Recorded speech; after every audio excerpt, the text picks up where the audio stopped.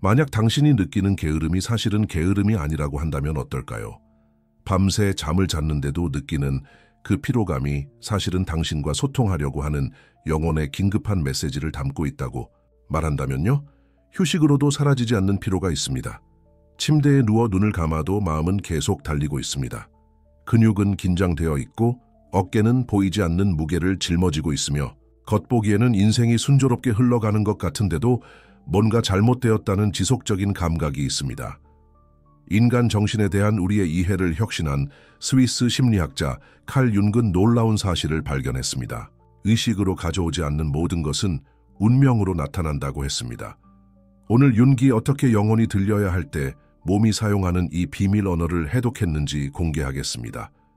이 영상에서 당신은 융이 영혼의 긴급한 메시지로 규명한 3가지 구체적인 신체 신호를 발견하게 됩니다. 이 설명할 수 없는 피로감을 당신이 진정 누구인지로 되돌아가는 길을 안내하는 내면의 나침반으로 변환하는 방법을 알아보겠습니다. 그리고 이것이 자신과의 관계를 완전히 바꿀 수 있는 이유도 말입니다.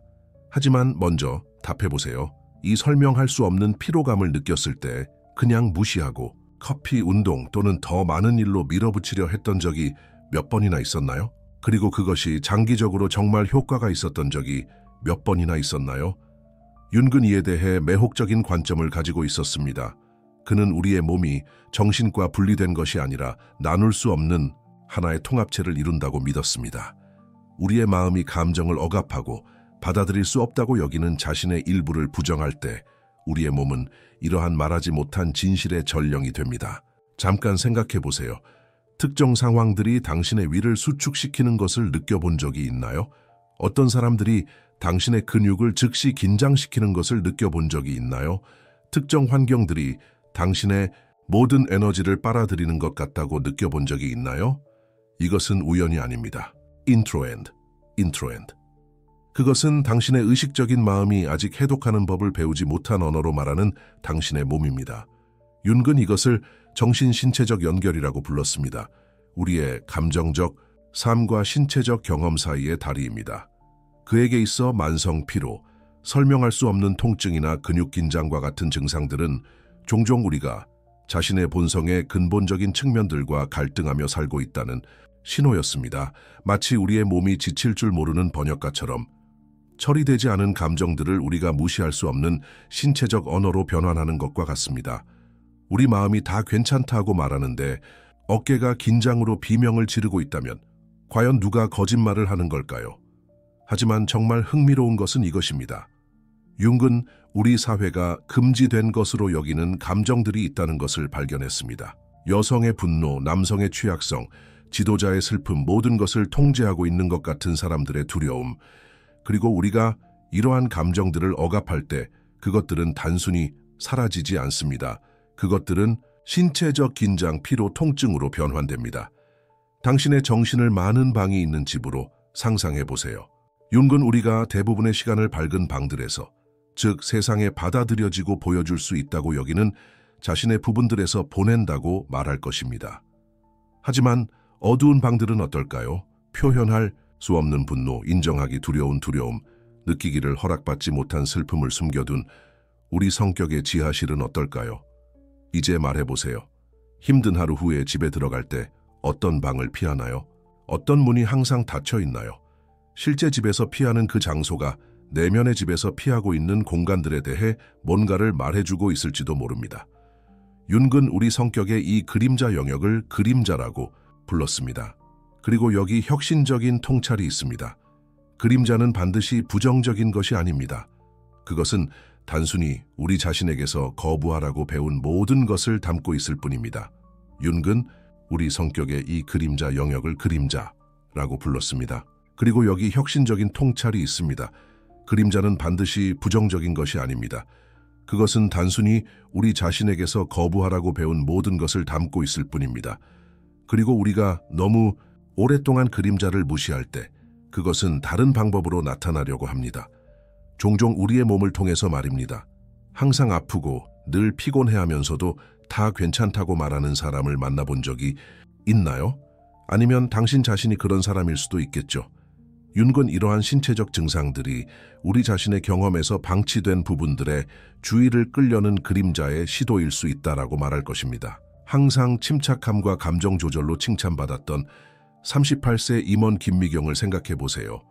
그녀는 그러한 감정들이 완전히 적절한 상황에서도 분노나 좌절을 표현하는 것을 결코 허락하지 않았습니다. 시간이 지나면서 김미경은 만성적인 허리 통증과 어떤 의사도 진단할 수 없는, 설명할 수 없는 피로를 겪기 시작했습니다.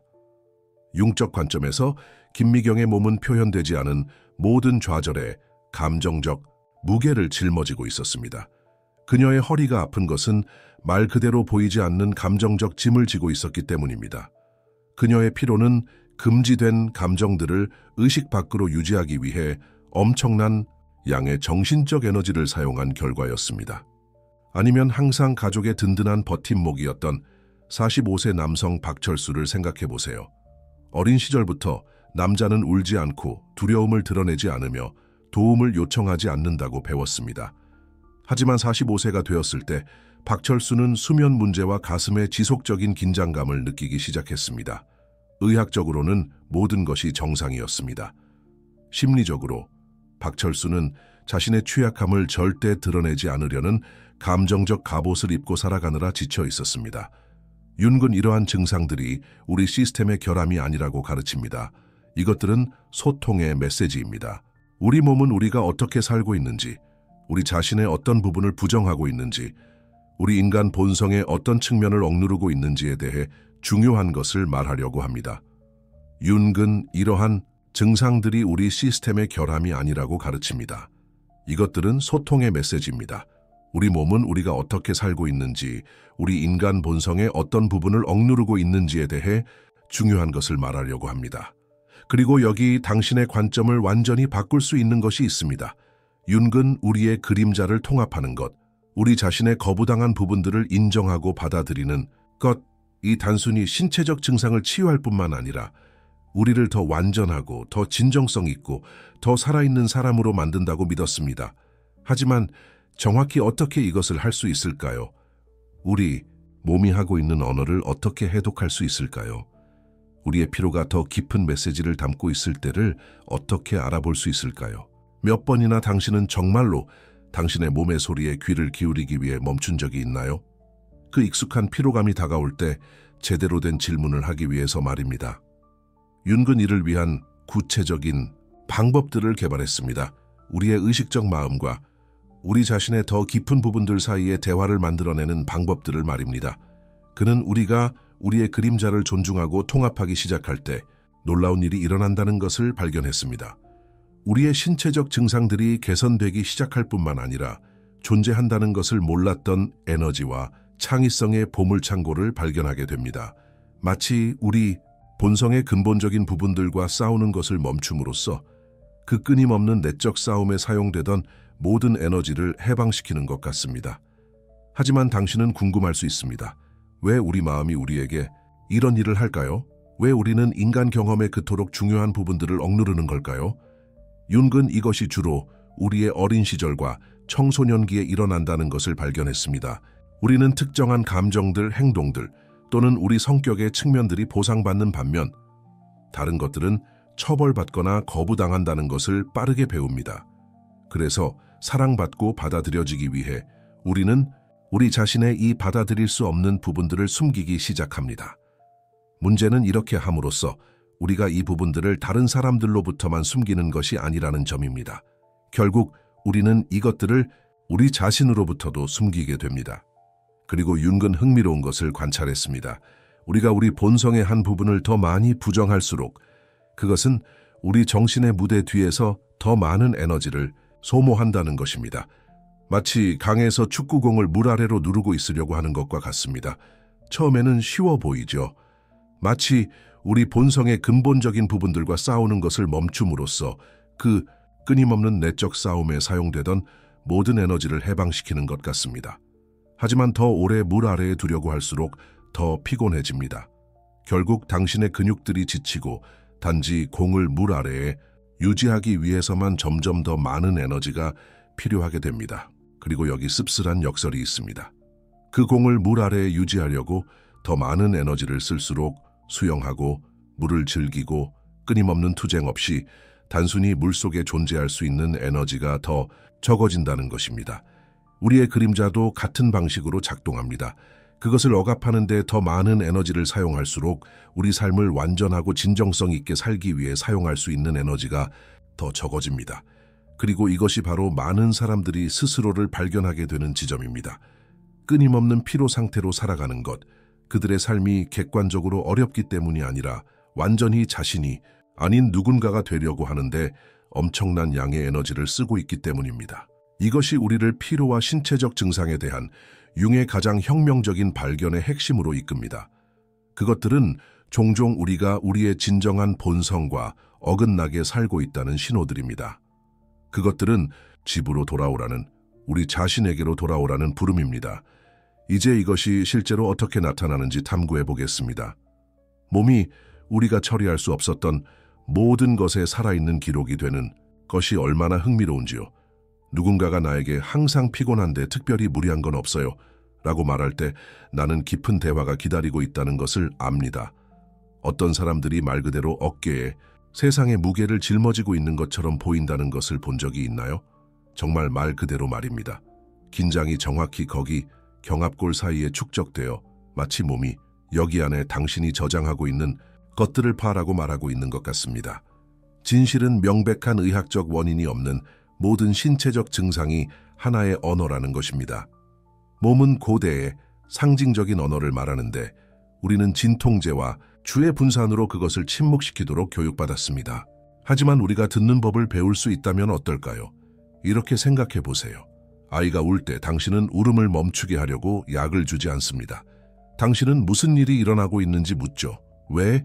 우리는 우리 자신의 몸을 다르게 대하는 걸까요? 왜 고통에 대한 우리의 첫 번째 반응은 그것을 듣는 것이 아니라 침묵시키는 것일까요? 함께 생각해 보세요. 어려운 대화 전에 배에서 그 이상한 감각을 느꼈던 적이 몇 번이나 있었나요? 또는 당신이 사랑하는 누군가가 멀어졌을 때 가슴의 그 아픔 말입니다. 몸은 아무것도 발명하지 않습니다. 때로는 우리의 주의를 끌 수 있는 유일한 방법이기 때문에 감정을 감각으로 번역하고 있는 것입니다. 이제 좀 더 실용적인 것으로 가보겠습니다. 저와 함께 연습해 보시기 바랍니다. 잠깐 멈춰 보세요. 정말 말 그대로 멈춰 보라는 뜻입니다. 안전한 곳에 있다면 눈을 감아 보세요. 깊게 3번 숨을 쉬어 보세요. 그리고 이제 저에게 말해 보세요. 바로 이 순간 당신의 몸에서 어디에 가장 많은 긴장을 느끼고 있나요? 판단하지 말고 그냥 관찰해 보세요. 어깨에 있나요? 턱에 있나요? 배에 있나요? 그 긴장은 당신에게 무언가를 말하려고 하고 있습니다. 근육이나 자세에 관한 것이 아니라 사라지지 않은 삶, 말해지지 않은 말들, 처리되지 않은 감정들에 관한 것입니다. 이를 구체적으로 설명하기 위해 제가 상담했던 35세의 건축가 이수연의 사례를 말씀드리겠습니다. 그녀는 갑자기 나타난 지속적인 두통을 앓고 있었습니다. 여러 병원을 다니며 검사를 받았지만 특별한 이상은 발견되지 않았습니다. 스트레스라고들 했습니다. 하지만 그녀는 말했습니다. 제 인생은 균형이 잡혀 있고 좋아하는 일을 하며 살고 있는데요. 4번째 상담에서 이수연은 저에게 흥미로운 말을 했습니다. 있잖아요. 이 두통은 항상 어머니가 전화하실 때 시작돼요. 바로 그것이었습니다. 그녀의 몸은 의식적인 마음이 아직 마주할 용기를 내지 못한 감정적 역학관계에 반응하고 있었던 것입니다. 우리는 이수연이 수년 동안 극도로 통제적인 어머니와 건강한 경계를 설정해야 할 필요를 억압해 왔다는 것을 발견했습니다. 매번의 전화는 효도와 자율성 사이에서 내적 갈등의 순간이었습니다. 그리고 이것이 어디에서 나타났을까요? 바로 머리에서, 말 그대로 우리가 의사결정과 연관짓는 부위에서 말입니다.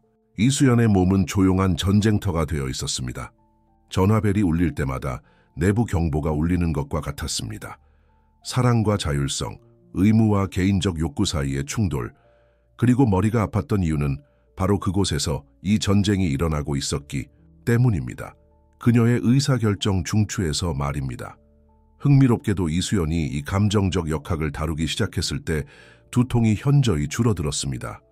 어머니와의 관계를 끄는 것이 아니라 자신의 경계에 관해 몸이 전하려던 메시지를 듣는 법을 배웠기 때문입니다. 이는 저를 근본적인 질문으로 이끕니다. 당신의 몸이 당신에게 말하려고 했지만 당신이 무시해온 것은 무엇일까요? 융은 증상이 통합되어야 할 우리 자신의 측면들에 주의를 끌기 위해 무의식이 보내는 메시지라고 했습니다. 마치 우리 내부에 매우 정교한 경보 시스템이 있지만 사용 설명서를 잃어버린 것처럼 말입니다. 예를 들어 만성 피로. 오늘 우리 대화의 출발점이었던 것 말입니다. 과연 얼마나 많은 경우가 실제로 신체적 에너지 부족 때문일까요? 제 경험으로는 대부분 그 반대입니다. 과도한 에너지가 억압되고 차단되어 표현할 통로를 찾지 못하는 상태 말입니다. 주변에 가장 활기찬 사람들을 떠올려 보세요. 그들은 많은 일을 하지만 우리가 여기서 말하는 방식으로 지쳐 보이는 경우는 거의 없습니다. 왜 그럴까요? 그들이 느끼는 것, 생각하는 것, 행동하는 것 사이에 일치가 있기 때문입니다. 에너지가 자연스럽게 흘러갑니다. 조류를 거슬러 헤엄치는 것과 조류를 따라 헤엄치는 것의 차이와 같습니다. 같은 물, 같은 신체적 노력이지만 하나는 당신을 지치게 하고 다른 하나는 당신에게 활력을 줍니다. 문제는 얼마나 많이 하느냐가 아니라 당신이 하는 것이 당신이 실제로 누구인지와 일치하느냐입니다. 이제 당신의 피로를 돌아보세요. 그것이 정말로 당신의 본질을 고갈시키는 활동들 때문인가요? 아니면 당신의 영혼이 원하는 것을 하기를 거부해서 생기는 것인가요? 너무 많이 해서 생기는 피로일까요? 아니면 진정한 자신과 무관한 일들을 해서 생기는 피로일까요? 여기에 결정적인 차이가 있습니다. 생산적인 피로가 있습니다. 우리의 가치와 목적에 부합하는 방식으로 에너지를 사용한 후에 찾아오는 것. 그리고 독성 피로가 있습니다. 자신답지 않은 삶을 살며 생기는 것 말입니다. 당신의 피로가 어느 범주에 속하는지 성찰해보세요. 다행히 우리 몸은 놀라울 정도로 관대합니다. 원한을 품지 않죠. 우리가 귀 기울이기 시작하고 그 메시지들을 존중하기 시작하는 순간 몸은 놀라운 방식으로 우리와 협력하기 시작합니다. 하지만 이는 인식의 전환을 요구합니다. 증상을 침묵시켜야 할 쪽으로 보는 대신 우리를 진정한 중심으로 다시 인도하려는 동반자로 봐야 한다는 것입니다. 이제 이 몸-마음 소통의 작동, 원리를 이해했으니 제가 내담자들과 함께 사용하는 실용적인 도구를 소개하겠습니다. 신체 점검이라고 부릅니다. 단순하지만 강력한 방법입니다. 그리고 제 내담자들이 이 기법을 사용하기 시작할 때 일어나는 일은 그들 자신도 전혀 예상치 못했던 것들입니다. 하루에 3번, 아침, 전고, 저녁, 2분간 멈춰 서세요. 깊게 숨을 쉬며 몸을 살펴보세요. 어깨, 목, 가슴, 배 등을 무엇을 느끼시나요? 긴장, 가벼움, 아픔, 수축감? 이제 무시하거나 즉시 고치려 하는 대신 물어보세요. 당신이 나에게 전하려는 메시지는 무엇인가요? 그리고 귀 기울여 보세요. 분석적인 사고가 아닌 직관으로. 때로는 답이 즉시 떠오릅니다. 당신은 자신의 것이 아닌 책임을 떠안고 있어요. 혼자만의 시간이 더 필요해요. 그 대화를 나눠야 할 때예요. 때로는 며칠이 걸려 명확해지기도 합니다. 그러면 당신 몸이 가진 지혜에 놀라게 될 것입니다. 몸은 당신의 이성적 마음이 아직 파악하려 애쓰고 있는 것들을 이미 알고 있습니다. 몸은 당신이 맞지 않는 곳에서, 맞지 않는 사람들과, 맞지 않는 이유로, 맞지 않는 일을 하고 있을 때를 압니다. 중요한 것은 이러한 대화를 확립하는 것입니다. 당신이 몸의 메시지를 존중할 때 몸은 그렇게 크게 소리치지 않게 됩니다. 증상들이 경보가 아닌 속삭임이 되죠. 그리고 논란의 여지가 있을 수 있지만 제가 지속적으로 관찰해온 진실이 있습니다. 몸의 메시지를 듣고 존중하는 법을 배우는 사람들은 더욱 진정성 있는 자신의 본질과 더욱 일치하는 삶을 살아갑니다. 그리고 이런 진정성은 자석과 같은 힘을 갖습니다. 여기 하나의 비밀이 있습니다. 자기 가치 인정, 자신이 누구인지를 알고 자신의 필요를 존중하며 내면의 지혜에 귀 기울이는 것, 이는 자연스럽게 당신에게 좋은 것들을 끌어당깁니다. 마치 우주가 당신의 자신에 대한 진실함에 의미 있는 공시성들, 기회들, 만남들로 응답하는 것처럼 말입니다. 그러면 처음 질문으로 돌아가 봅시다. 게으름인가? 감정적 소진인가? 당신은 윤기 확인한 3가지 신호를 방금 발견한 것입니다. 억압된 감정을 담고 있는 신체적 긴장, 우리 본연의 모습과 어긋나게 살 때 나타나는 피로감, 그리고 우리를 진정한 중심으로 되돌리려 끊임없이 애쓰는 몸의 지혜 말입니다. 이제 당신은 스스로 답을 찾을 수 있는 도구를 갖게 되었습니다. 당신의 몸은 이미 알고 있어요. 늘 알고 있었죠. 문제는 당신이 그 소리에 귀를 기울일 준비가 되었느냐는 것입니다. 기억하세요. 이런 내면의 소통을 존중하고 자신의 본성과 맞서 싸우기를 멈출 때 진정한 변화가 일어납니다. 끊임없는 내적 갈등에 소모되었던 모든 에너지가 해방되는 거죠. 만약 시청하면서 이게 바로 나구나라는 깨달음을 얻었다면 당신의 몸에서 긴장이 가장 많이 쌓이는 부위가 어디인지 댓글로 알려주세요. 어깨일, 수도, 턱일 수도, 위일 수도 있습니다. 이런 메시지들을 듣는 법을 배우고 있는 사람들의 공동체를 여기서 만들어 봅시다. 그리고 만약 늘 피곤하고 원인 모를 통증을 느끼는데 그게 게으름 때문이 아닐 수도 있다는 걸 알아야 할 사람이 주변에 있다면 그분과 이 영상을 공유해 주세요. 때로는 우리 몸이 우리를 보호하고 인도하려 한다는 사실을 이해하는 것만으로도 모든 게 달라질 수 있거든요.